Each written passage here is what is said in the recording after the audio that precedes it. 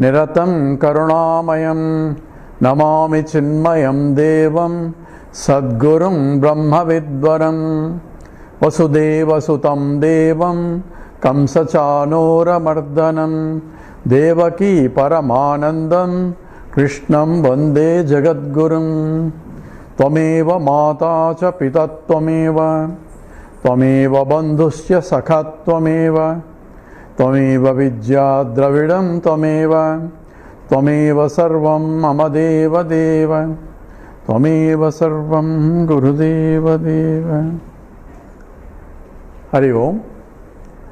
We are doing the self-realization, and in the last two talks we discussed some of the clarifications based on some questions that are raised in the Facebook, some of the lists that where we put this part of the self-realization.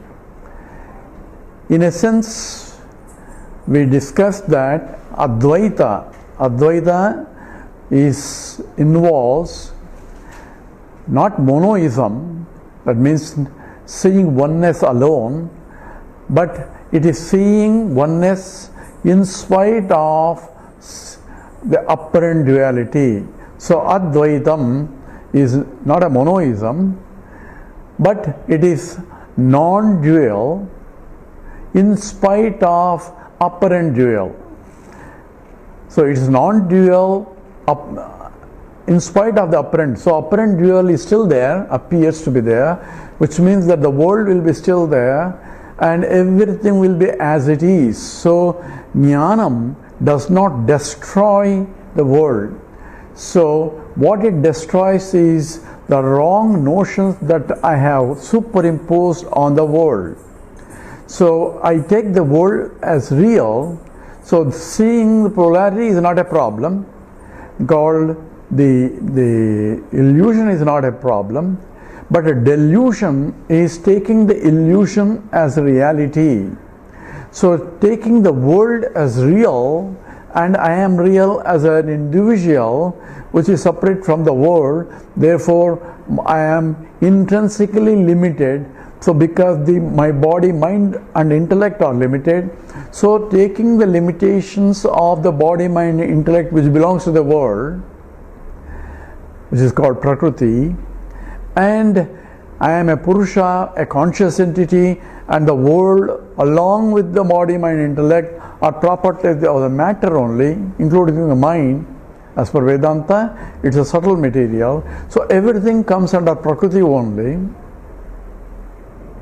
And that which enlivens the Prakriti and that which makes the Prakriti dynamic. Without my presence, the Prakriti will be just inert. And therefore, that taking that Prakriti as a real is a problem. And we discussed what is transactionally real, what is absolutely real, and the scripture provides that example and says this is only vacharammanam vikaraha namke vaste. That means for name's sake it is real, namesake is transactional sake, and naming is knowing, and knowing involves objectification. So all that is involved in the process, and I am a subject, and that subject nature is what being analyzed in the self-realization. So self-realization does not destroy the world. Ekatvam anupasyati. That's what Brihadaranyaka Upanishad, as someone quoted, says one sees only one. But what it says, when one sees one, that means one anupasyati. It's not pasyati, it's anupasyati. What's the difference? Anupasya means looking it again. That means I am seeing the polarity, now look again. Look again means examine again. And what I am seeing, the polarity, is not reality, and therefore I see ekatvam in that, in spite of plurality. So plurality is not get destroyed. So that is essentially the vyavaharika satyam. And because some people have notion that once you realize there is no world, there is no objectification, this becomes non-existent, that cannot be. Because if the teacher is no more in the world and he has realized, then who is going to teach me? Only ignorant people will be left behind, and what is the ignorant person is going to reach about the jnanam, about the knowledge. So that's not a valid argument. So a teacher has to be knowing, and also he has to come down for me to teach. So the teacher has to distinguish, this is a student, this is one student, there is another student, and all different types of students, so that he can teach according to where the student is. So we have the Vedanta, in fact, if looks at the adhikara means qualifications of the student, and teaches appropriately according to the level. No one is discriminated, because he has to go from one level to other level, and that's what essentially involved. So who is adhikari? Who is qualified for self-realization?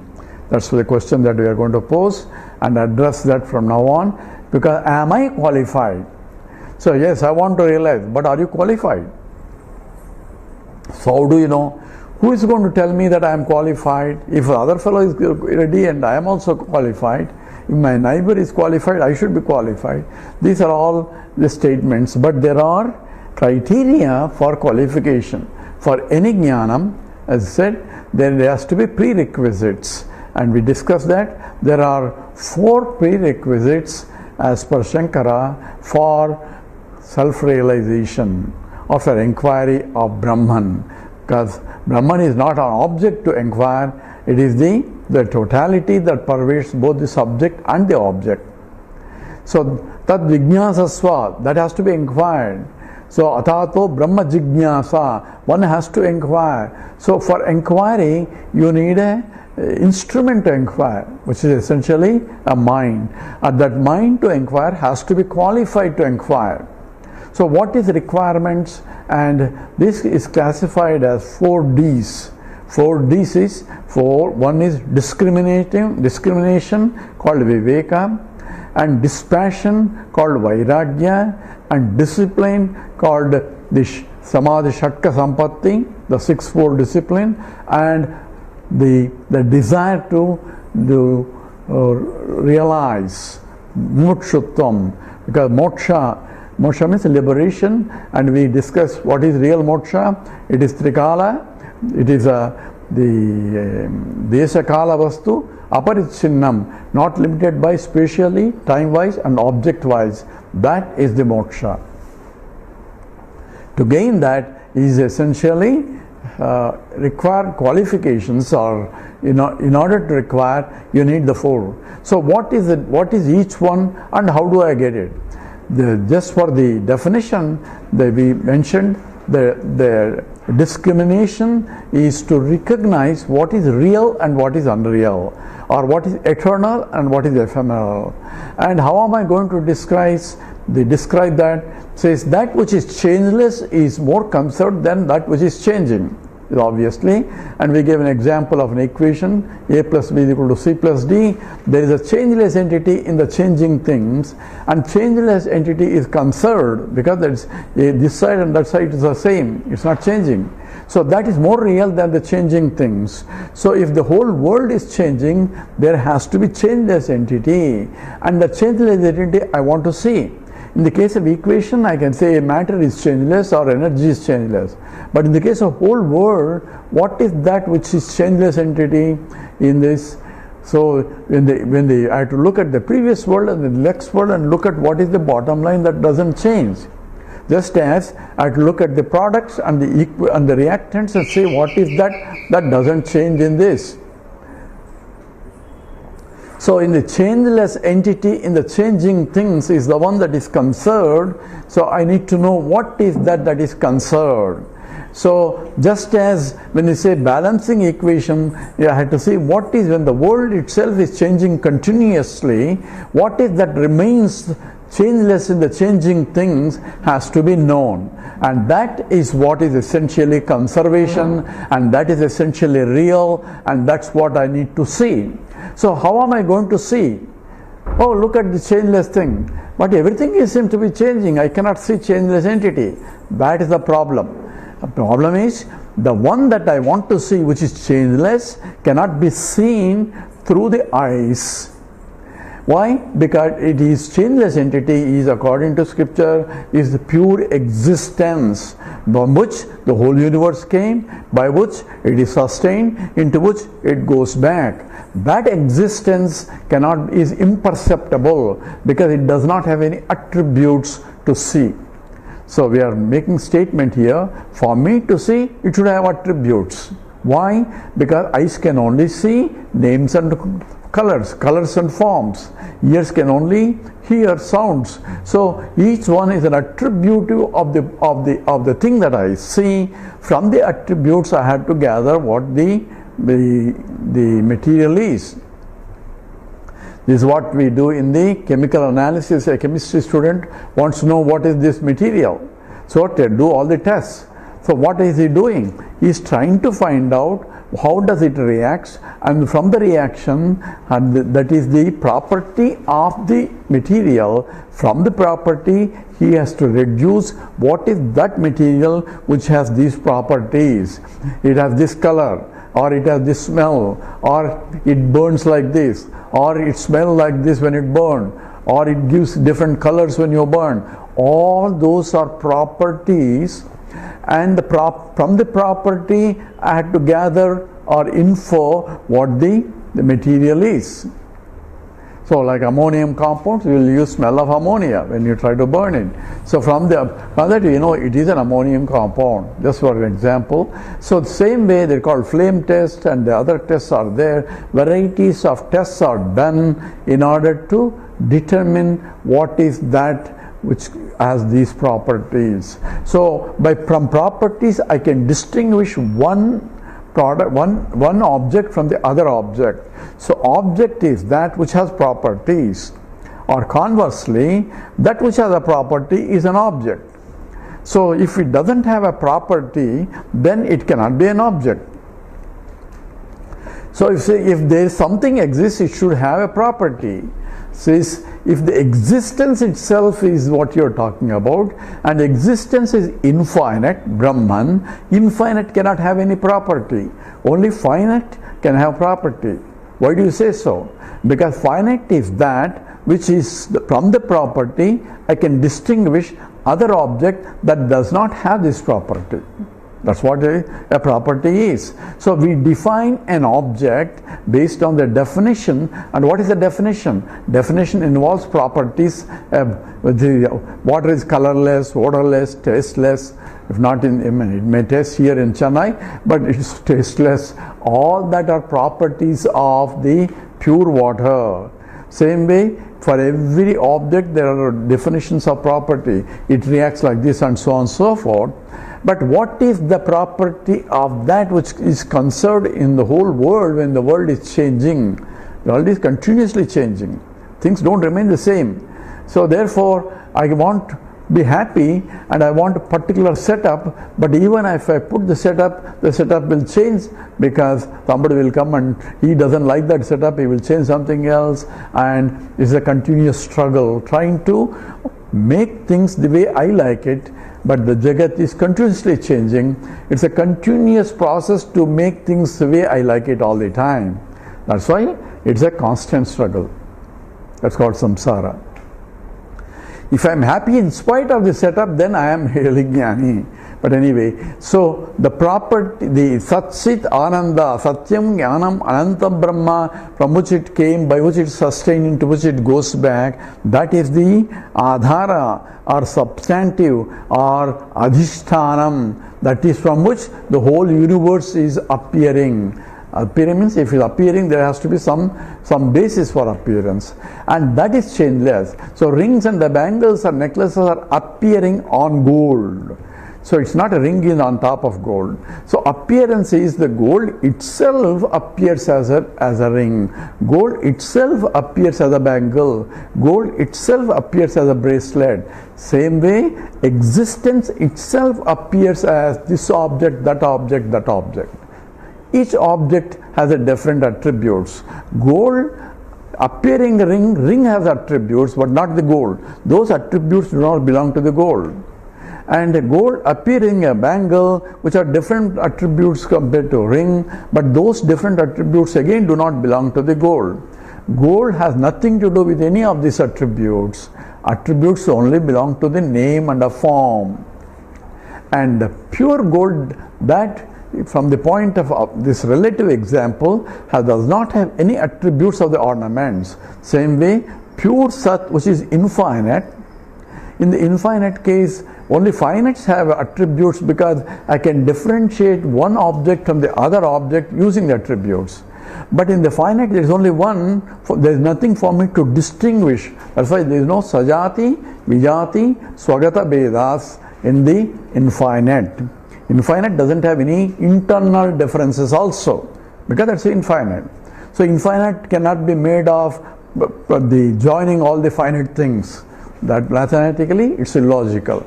That's why Advaita talks about one which is imperceptible. If it is imperceptible, I don't believe it. That's your problem. That's not the problem with the Sat. So whether you believe it or not, that is a fact.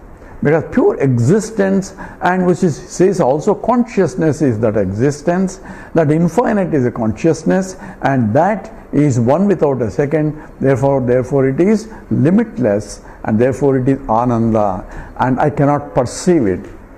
So what I perceive is only object. So how am I going to know what is Nityam and what is Anityam? What is that which is eternal, which is changeless entity in the changing things? I cannot see. So therefore by perception I cannot see. By logic I cannot see, because logic depends again on perception for validation. So any other means of knowledge is not possible for me to know that. Only Vedanta is a Brahmana. So how does Vedanta show? Vedanta doesn't tell you this is Brahman. Then it becomes an object. Vedanta will tell you inquire in this way so that your mind has to discover what is the truth by inquiry process. It only tells you, or what you call Lakshyartha, point in the direction for you to see. It doesn't say this is Brahman. So when I'm looking at hey, I want to see moon, I don't see moon. Look at through that, between the two leaves, two branches of that tree there, and yes, I'm seeing. Now look through that. Oh, I can see moon.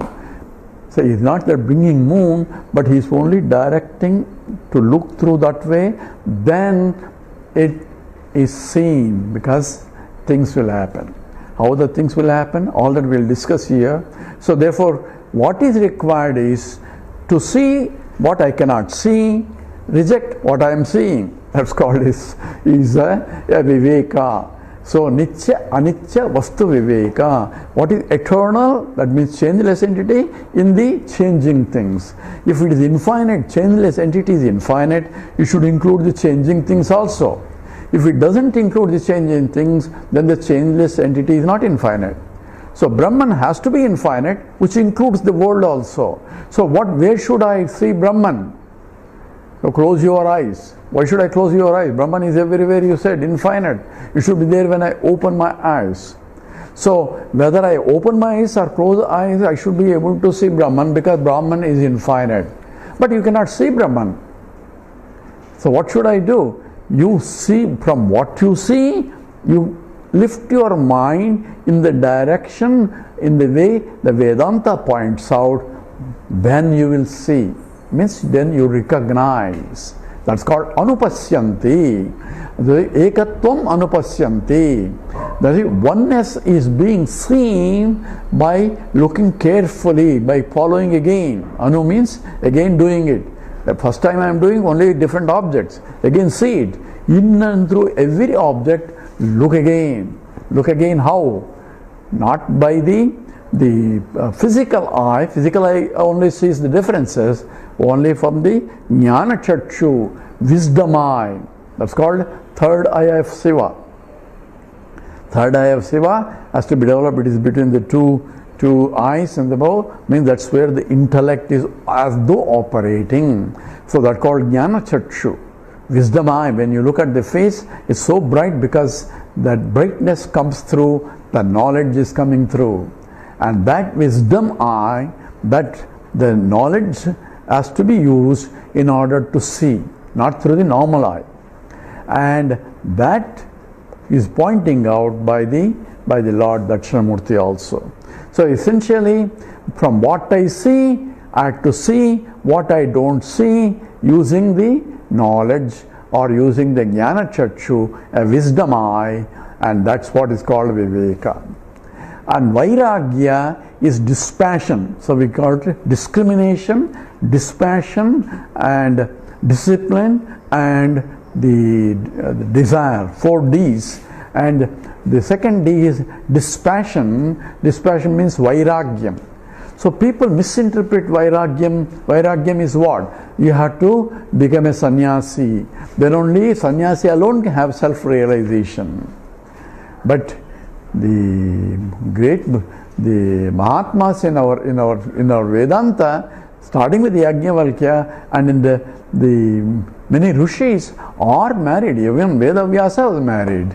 So it's not sannyasa of the renunciation of a family life. That's not sannyasa. That may help. So environment may help. So it's not that one should leave or one should not leave. What is sannyasa is possessiveness. This is mine, this is mine, this is mine. That the mamakara has to be left, and also ahankara has to be left. Ahankara is ego. It says, I am this. So leave that part. That is what real sannyasa is. We discuss it later in terms of Sharanagati and Ahankara, ego has to be surrendered. All those statements are being made in the Vedanta, and a lot of misinterpretation also is there along with it, and people struggle hard to find out what exactly it means. And so, should I have to be a sannyasi? A physical sannyasi is not necessary. It can help. It can help because your unnecessarily involvement will be less, and when you are wearing a kashaya, people don't bother you with unnecessary things. At least that will help. So having a external sannyasa are conducive for contemplation, because now you have more free time, because you are free from all other obligations in the society. Sannyasi has some obligations, but all worldly obligations are not there. In olden days at least. Now if you have an ashram, then you have a bigger responsibility to take care of that ashram, and you have a bigger family now, bigger worries also. So one has to be careful, because in olden days there were sannyasis who were taken care of by the grahasthas. Nowadays everybody is sannyasi. Any lazy person also wants to become sannyasi. So that's why Tapovanji was not giving sannyas to everybody. So only those deserving only he was giving, because the taking sannyasa is an escapism, is not a sannyasa, but renouncing what you don't need is sannyasa. So how do we define? The Vairagyam is leaving what you don't need. So there is a beautiful lady in the American, if you go to Google and ask for peace pilgrimage or peace pilgrim in 1950s, one American lady, that's what you will find in the Google, and she is not a Vedantin, she is not a religious, and suddenly she got an idea, says, why do I need this? And say, what should I do? Say, why I don't need, I am accumulating unnecessarily, this is not giving me happiness, that's not giving me happiness. Somehow she started thinking like that and started giving away what she doesn't need. And she started slowly giving up. Then the more she started giving up, more she started questioning, why do I need this? She thought she need those things, but that also she started giving up. Ultimately, she gave up everything, including the apartment, including the bed, including everything else, other than 2 dresses, the pair of shoes that she has, and that is it. So where does she say? She says, why do I need something? I can go and stay anywhere. So she was walking until she was tired and stayed in sometimes even bus stands or somewhere else, and like homeless person she was going. And at the same time, she was teaching in terms of what is the use of this, what is the use of this. It doesn't give you peace of mind. What gives you peace of mind is not longing things. A quiet, contented mind is a happy mind. That's what the peaceful mind. So she started teaching, going all over, from one end of the country to other end of the country, and she met even President Roosevelt also at that time. So because she wanted the peace. Why do you fight for, I want this, you are fighting for everything. This is not going to give you happiness, and what is happiness is that giving and maintaining what you really essentially need. So what you need, she thought, only what the body requires, minimum, and body does require certain things. Body requires a food, body requires some rest, and body requires some dress to unclean dress. So she has a pair of dresses that she is carrying and going from place to place. And people heard her, liked her what she said, and they were hosting her wherever she go. She was a real parivrajaka, real sannyasi of what Hinduism talks about. Parivrajaka means going one place to other place without staying in any place as this is my place. Nowadays everybody has an ashram and all that. This is my ashram and my disciples, and that other guru has more disciples. All these competition between swamis are there. Not all the time, but there are real swamis. But the one can become possessive even on that. There is a story of two friends. So one has taken sannyasa and he comes to this friend who is still having a shop and everything and all that. He says, come on, give up everything. He says, I don't have any attachment to this. Why should I give up? I don't need to give up. No, you don't. You are holding on. That's why you don't want to give up. You are only giving an excuse. Sannyasa means you have to give. Is that so? Okay, let's go. He's ready to give up. So no, let me go and get my kamandalo. Say, why do you want your kamandalo? You have to give up all that. Kamandalo, give that. Let's go. So he is real sannyasa. Oh, manasika sannyasa is more important than the bhautika sannyasa.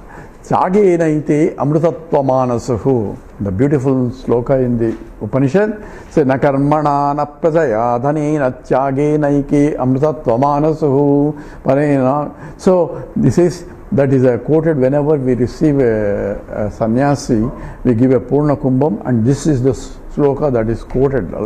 So what is that quoted? Na karmana na prajaya dhanena.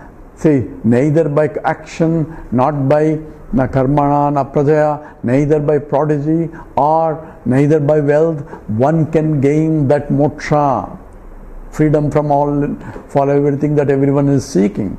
Then how do you seek it? Tyagenaike amritatva manasahu. Only by tyagam, by renunciation of everything, that is the tyagam. So what is the renunciation? Renunciation is that giving away what you have. So that is giving up. How can I give what I have? Says this is not, you don't need it, so give. So need is different from a greed. Most of the humans have the problem is greediness that is causing a problem. Because body needs certain food. So you can go to science and they'll ask you, there are some carbohydrates, minerals and all that body requires. It doesn't say you have to only eat pizza, or you have to only eat sweets, or you have to only eat hot. All that is only superimposed values on top of the food. Body doesn't need it. Body needs is certain carbohydrates, minerals and all that is the given set of things it needs. But that's what has to be done. What body needs has to be provided. Body needs a comfortable place, not too cold, not too hot, and if possible, if you can get that, try to get it. So this is what the body requires, and more than that becomes a greed. So give up your greed and only have what you need, and that's essentially involves vairagya. We will give more importance later, vairagya. What is to give up? Ultimate vairagya is give up the wrong notions. That is sannyasa. Give up the wrong notions of what? Remember, we started with the original statement, I am equal to this. That's the greatest wrong notion. Give up that. Give up what? I am not this. So give up identification with the body, mind, entity as I am. You give it up, other than for transactional purposes. We'll analyze more of these qualifications and then later discuss how do I get those qualifications if I don't have it, and how do I know I have it, or how do I know I have enough of it. All this we have to be examined, because that is required for self-realization. With this we stop here. Om Purnamada Purnamidam Purnat Purnamudachyate Purnasya Purnamadaya Purnameva Vasishyate. Om Shanti Shanti Shanti. Harihi Om Sri Gurubhyo Namaha. Harihi Om.